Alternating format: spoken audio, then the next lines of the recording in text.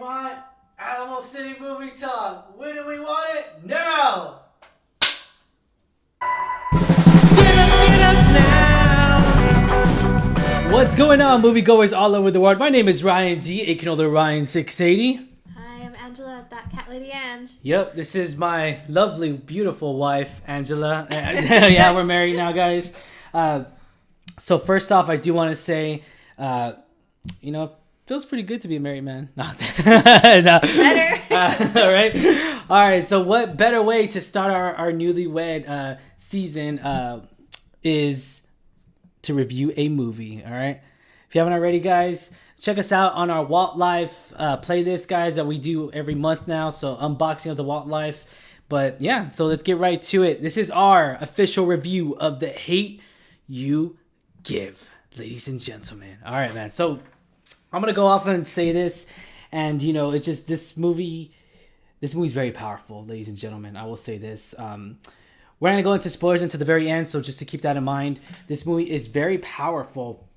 And when I mean powerful, I mean the message that it gives throughout the film, the setting, I mean the tone, I mean everything, just the way it's structured from Act 1 all the way to the very end. It's just very, very, very, very strong message throughout the whole story, without trying to spoil anything, guys, without the whole film. I'm trying not to, but I will say this. I mean, it just, even at that setting point where this is a point where it's a lady a young teenager that's trying to figure out who she is. Who am I? Your identity. I mean, we are all trying to figure that out, guys. We all been through that stage in high school not too long ago, right? No, it's almost been. But anyways, so just who you are. Who are you, ladies and gentlemen? Who are you? What do we do? Just trying to figure out how do you do in life and everything. It's a lot to go with, especially what this person went through. Star went through, and that's her character's name, Star. And it's just finding herself, finding her identity. And in this film, she felt like she had to change her identity in the very beginning, and of course it escalated, and she changed again, but this time to who she really is. And I felt like this film, Star, really, Amanda Stenberg really did a phenomenal job in this movie, right? You could say that. Yeah, but I mean, I really did love this so much. I mean, she did phenomenal. I loved her in it so much that she was a great narrative. She narrates the movie throughout the whole film. It's like Samuel Jackson, but a woman. It's just totally amazing. Like, it's just like, I mean, comparison, but without saying mother F, but I loved it so much. There was very intense moments in this movie, guys. Without spoiling anything, very intense movies. Very intense scenes. And I just want to say this, that very professional when it comes to Amanda Stenberg, and she did phenomenal. And emotion scenes, very climax of her scenes, the emotion, the tears, everything was just so like natural. It just felt so real through the camera. It just felt so real, ladies and gentlemen, and it felt genuine to me. It felt very genuine to me. Angela, what did you think so far? I agree with you in that's a lot of the movie is centered on her struggle, you said, between two different identities. So she's a young teen, teenage black, black teenage girl. Yes. She grew up in a poor side of the neighborhood or the city. Between two worlds, by the way, guys. This is like struggling. Yeah. Her dad is a ex-convict. He was in prison for drugs. So he and him and Regina Hall, who plays her mother, their attempt to get their kids out of that danger, they enroll her and her brother in private school on a more like affluent side of town. So her narrating is from her perspective, her struggling between these two worlds, the I guess you say the poor neighborhood she comes from, and then also who she feels she has to be in this pretty wealthy private school. But she does struggle to find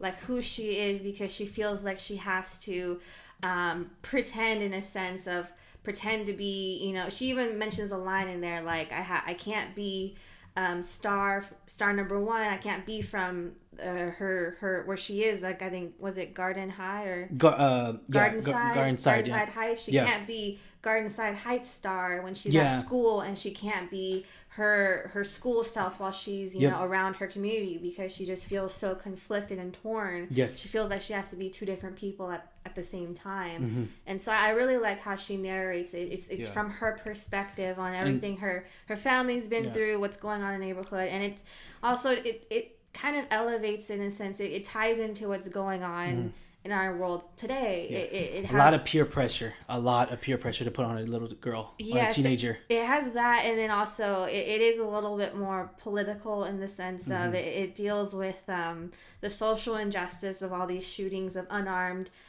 colored kids, and it gives a perspective of she's the witness to this a crime like this, and the struggle she has to go through between, like you said, like what we mentioned earlier, the pressure she has at school as well as her community, and that's how she has to figure out who her identity is when she's dealing with all this. Yeah, Regina Hall, I mean, she plays the mother of a and she just she's so believable, very believable, and I did love her in this film. Like I felt like she needed to be, her role she's so a key role, motherly. Like she plays such a good nurturer. Like it's so. I don't know if she has kids or not in real life, but it's so believable, so natural, like you mentioned earlier. I just love her in all films, especially this one. She's such a good actress in this role. Yeah, and I did feel like this too. Is that you know, whether you come from, you know, whether what side you come from does not matter, guys. Don't let it define who you are. And I'll say that because just because you come from a bad side of town doesn't mean you're gonna be a bad apple, you know. And and they even talk about it, like her father, like we mentioned, he is an ex-convict. He does tell her about this cycle that, you know, individuals in their poor community go through, this cycle that they go through, that they go into doing bad things that end up being convicted and going to jail. And then, you know, it's just a cycle that they cannot break. So it's even mentioned in the film, like, that's what their parents are trying to have them break in, you know, discovering who they are. Yes. And I'm also going to add on to that, Angela, is that just, I mean, when we go into this story, like a very sensitive subject was that crime, was that, you know, just that situation in general. It comes sensitive on both sides. I mean, we go into a major subject we're still dealing with even today, and we're probably gonna be dealing with for as long as there is law enforcement. And not to put down the law enforcement whatsoever, but I just felt like this movie kind of portrayed like the policemen were like the villains, I guess you could say, per se. And I felt like they could have gone more deep to it. They did give us a depth to. We are mentioning spoilers, by the way, guys. Real quick, mentioning spoilers right now. I'm gonna have to mention it. Yeah, I have to mention it, but. Even when the uncle, he was a cop, he was giving us his side too. I felt like they could have gone more deep than that. He didn't speak for all cops, you know what I mean? So like, I just felt like they should have gone more deep on the cop side, and not to say that they were right, that's not the case here. I just when it comes to the sensitive subjects like this, I want to hear both sides of every story, and whether it does not matter, like it does not matter, like not one. Like I want to hear both sides, you know. So what we're elaborating on is there's a scene in the movie, spoiler, where after this crime, the shooting of her friend that she actually witnesses, you know, she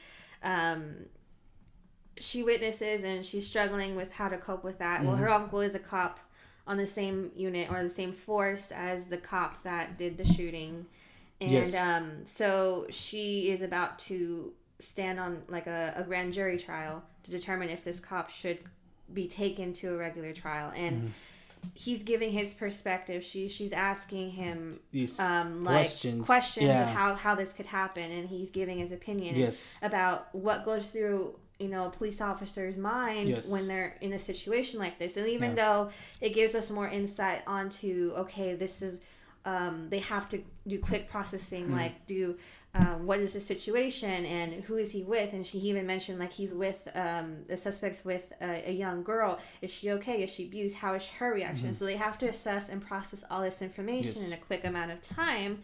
But even in that scene, he still admits there is a certain point of bias or profiling. When it comes to that situation, she asks him to his face, like, if this was a white man in his business suit in a Mercedes, and he was reaching in the exact same position as this teen was, exact same situation, ladies and gentlemen, would you shoot, or would you ask him to put his hands up? And even her uncle, who is also black, says, I would ask the white man to put his hands up. So even in that scene, that powerful scene, you still see that bias that it comes through. Even though he's explaining the law enforcement's perspective, we still see that bias come through. And I think that's very powerful and emotional to see. Yeah, it is. And just because it comes on a personal standpoint, because that is her uncle, and also on a cop's perspective too. And so going into this, this is a very political film. I mean, it's very, very, very political. I like all things political. I love reading about it, and it's just really great to see that portrayed in a film. And there's one part of that scene that really stuck to me was what he said at the very end too. We live in a complicated world, ladies and gentlemen. That's just the truth to it, and he couldn't put it better in words. We live in a complicated world, and it's hard to say, but we don't know if it's ever going to change. We have that's just what society teaches us. And that's, I think, the direction. That's the point of the film, to show that we live in this imperfect world. All these bad things we see are happening, and we just are not sure if it's going to change. But at the end of the movie, she knows. She figures out. Star knows that where she's figured out who she is, and she's not afraid to show it. Yep. And Star also, guys, ladies and gentlemen, Star, when she goes, at the very end, it's a very strong scene. Very strong emotional scene on all parts, and this is not about who's good and evil. It's about what's right when it comes down to it. And when movies like this, I felt like it was a very powerful, strong message. I will say this, that Star does find herself, and the dad also speaks to Star, and he also says, find yourself and speak it. And that really stuck out. I felt like it stuck out a lot, and it just not just that, but he also says, "Don't ever let anybody not let you, not let you speak or silence you. Light up the darkness." That's what he says, and I really did love that a lot. I really did love that because it just, and he even explains to her, you were named Star for a reason. It's because you bring light in situations. So he says, find your light. What they needed, honestly, I felt like they needed to do more depth on the cop side kind of deal.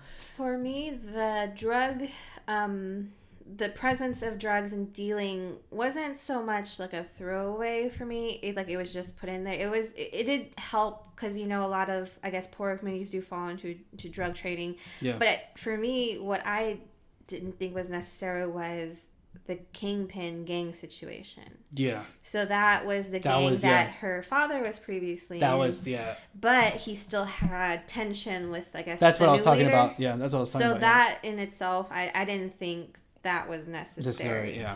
And then just, I will say this too is, this very, very powerful movie. I would say that. Very powerful message at the very end. What do we want? What do we want? It has a lot of... What was that one commercial? What was that one commercial where... oh my gosh. Ouch, bruh. You remember that commercial? No. Oh, okay. There was a commercial, guys. Quote me on this. Ouch, bruh. I forgot what it was. But, so light up the darkness, ladies and gentlemen. Light it up. Be that sparkle. Be that light in the darkness. And also, I'm going to say this too. Was this the film that we deserved? Because yes. It is. So, with all the things that are going on in the media in the past few years, we've seen it all. We read about it constantly in the news of all those shootings. We honestly we need this film. Yes, to show it. I honestly, this is actually one of the few. I want to say this is my second movie. You can quote me on this, guys. Second movie without seeing a trailer.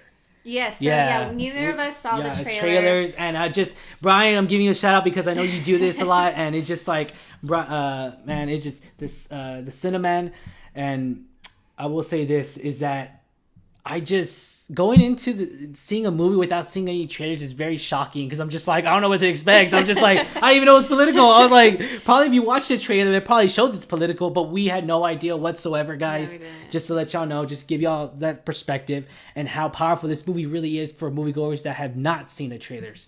Yeah. So what rate 1 out of 10, Angela? Oh, it's so hard. Probably.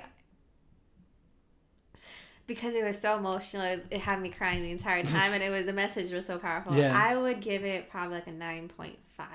Oh, okay. I'm gonna be like, dang, okay, all right. I'm gonna have to be 9.5 too as well. Like, just like, oh man, you took it from me. I was like, man, I was already thinking it. Yeah, I was already thinking it. I would definitely recommend this film. I would say every moviegoer, go check out this movie, guys. Alamo City Movie Talk stamps it. Go see it. Approved, ladies and gentlemen. You have been approved on your loan to go see this movie, guys. Definitely check it out. It's a great message. Yeah.